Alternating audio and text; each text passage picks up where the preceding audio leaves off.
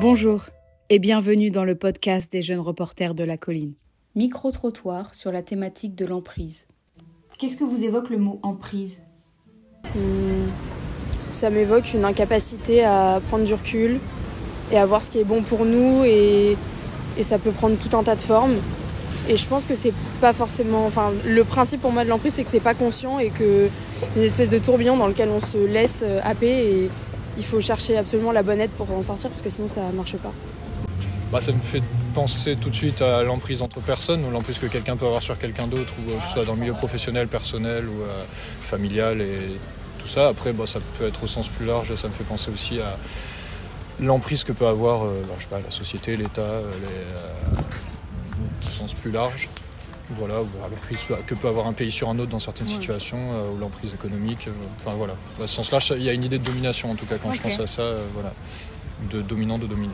L'emprise est de contrôler une personne sous une forme, psychologiquement, physiquement, économiquement, contrôler une personne en ayant une espèce un abus de position sur quelqu'un et puis s'en servir. Alors ça peut être plein de gens qui ont emprise sur d'autres personnes, dans un couple, dans un prof.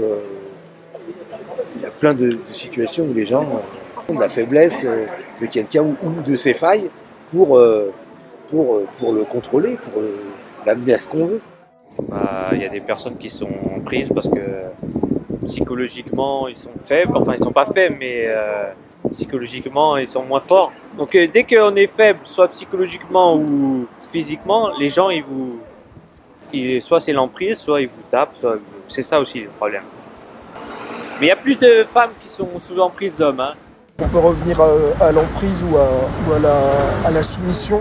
Ce sont des choses absolument terribles. En réalité, c'est comment faire pour exister par soi-même. Ça, c'est triste. Mais c'est assez terrible de voir qu'on peut vivre qu'à travers la vie de quelqu'un d'autre. On a tous la capacité de rencontrer des gens. Et le problème, c'est quand on se met dans l'ombre de quelqu'un, peut-être que c'est votre cas, peut-être que vous avez été dans l'ombre de quelqu'un, d'un grand frère, d'une grande sœur, une cousine ou une amie, et qui vous ne viviez qu'à travers elle. Voilà, tout ça c'est l'emprise, c'est une faiblesse que quelqu'un exploite et qui vous fait sentir mal, vous ne fait pas sentir tel que vous êtes, qui ne vous donne pas confiance en vous. Ça, c'est une grande erreur de se laisser avoir, mais on s'est tous fait avoir. Celui qui ne s'est pas fait avoir, c'est celui qui a arnaqué les autres. L'emprise, c'est une supériorité de quelqu'un sur un être plus faible. Ça peut être l'emprise d'un adulte sur un enfant, d'un homme ou d'une femme sur une autre personne. L'emprise,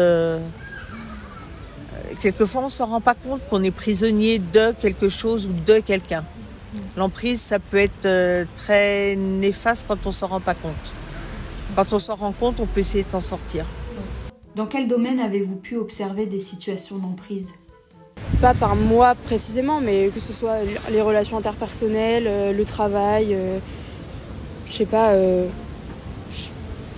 plutôt ce genre de choses, quoi. Je pense que l'emprise, elle est surtout par rapport aux enfants, où bien souvent ils sont d'une naïveté, d'une insouciance où on peut leur faire n'importe quoi. Après, il y a tout ce qui est violence conjugale, ça c'est une emprise. La religion peut être une emprise morale, une emprise... Donc oui, il y a beaucoup de formes d'emprise.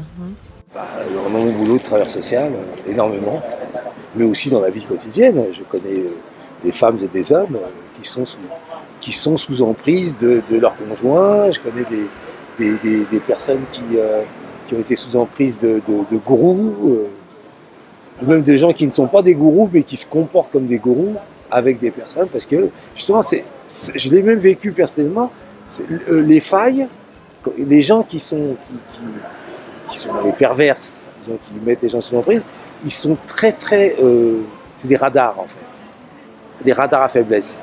Dès qu'ils s'aperçoivent, qu'ils ressentent quelque chose, une aspiration que vous avez, que eux ils pourraient éventuellement vous donner quelque chose, vous faire rentrer dans un milieu et que vous y êtes aspiré, alors ils vont commencer à comprendre ce que vous voulez et vous ouvrez, juste vous entrouvrir la porte, et chaque fois que vous allez vouloir rentrer, la porte ouverte, vous allez rentrer, clac, ils vont la fermer.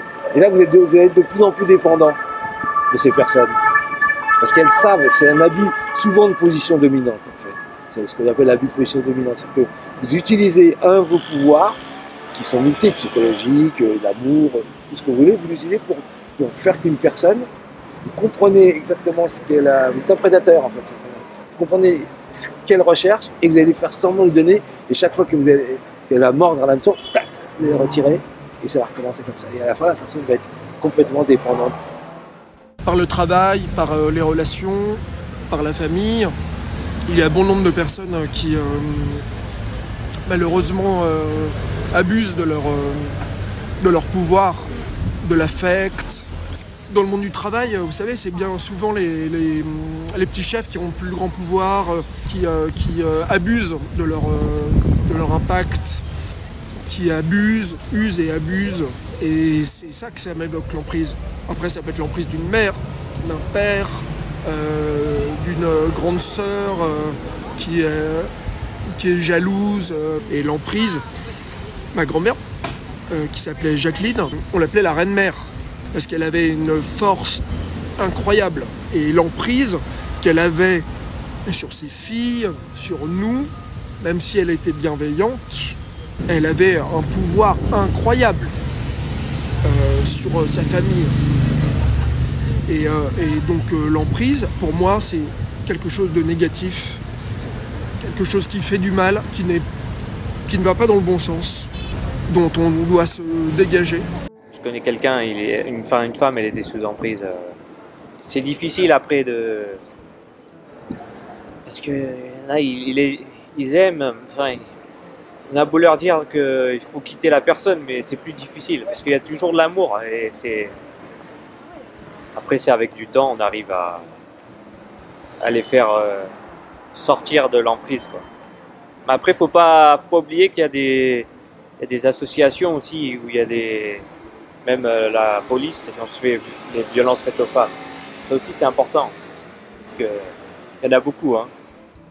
Oui, bien sûr, dans le domaine personnel, sentimental, dans le domaine professionnel aussi. Et puis après, oui, forcément dans la société, quoi. C'est un truc qu'on observe assez facilement. Et je trouve que c'est une question sur laquelle on commence à s'ouvrir de plus en plus et à dénoncer de plus en plus facilement, ou à reconnaître et identifier plus facilement certaines de ces situations, et peut-être à développer un peu plus d'outils et de capacités à y faire face, ou en tout cas à mieux les comprendre et les identifier. Ouais.